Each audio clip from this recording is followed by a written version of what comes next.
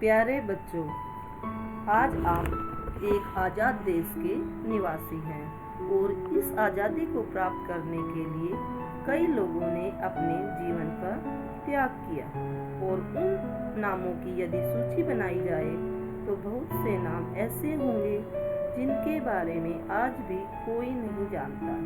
लेकिन इन सभी नामों में जो नाम सर्वाधिक विख्यात हैं वो हैं सुखदेव, भगत सिंह और राजगुरु। आज हम सुखदेव जी के बारे में बात करेंगे। सुखदेव जी का पूरा नाम सुखदेव थापर था।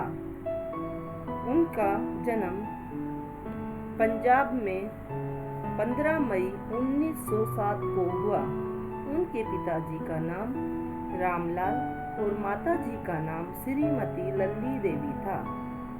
वो अपने बचपन से ही ब्रिटिश राज के अत्याचारों को समझना शुरू कर चुके थे, इसलिए उन्हें अपने देश में आज़ादी की आवश्यकता सबसे पहले महसूस हुई। इसी कारण उन्हें आज एक क्रांतिकारी के तौर पर याद किया जाता है। सुखदेव जी ने हिंदुस्तान सोशलिस्ट रिपब्लिकन एसोसिएशन के सदस्य थे। वे पंजाब और उत्तर भारत के अन्य शहरों में क्रांतिकारी गतिविधियां संभालते थे। उनका जीवन देश और देश हित को पूरी तरह समर्पित था। उन्होंने लाहौर के नेशनल कॉलेज में युवाओं को भारत का गौरवशाली इतिहास बताकर उनमें देशभक्ति जगाने का काम किया। लाहौर में ही सुखदेव ने अन्य क्रांतिकारियों के साथ मिलकर नौजवान भारत सभा की स्थापना की, जिसका काम देश में युवाओं को स्वतंत्रता के महत्व को समझाना और इस दिशा में कार्य करने हेतु प्रेरित करना था। सुखदेव तब बहुत ही क्रांतिकारी क्रियाकलापों में भाग ले रहे थे। उन्हीं में से एक 1929 में कैदियों की भूख हड़ताल थी।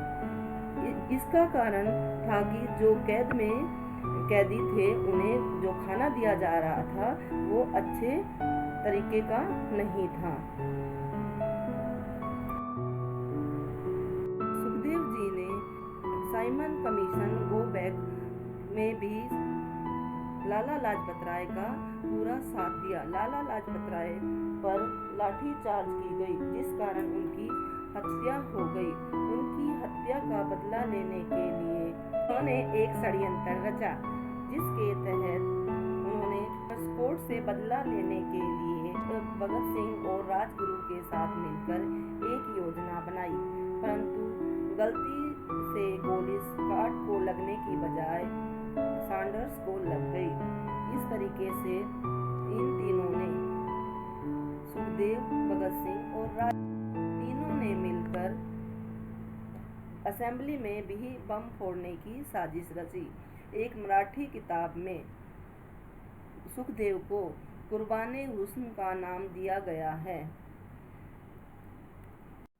23 मार्च 1931 को भगत सिंह, राजगुरु और सुखदेव इन तीनों को 23 वर्ष की एक छोटी सी आयु में ही फांसी की सजा सुना दी गई और ये तीनों ही हंसते हंसते अपने जीवन को समाप्त कर फांसी पर झूल गए।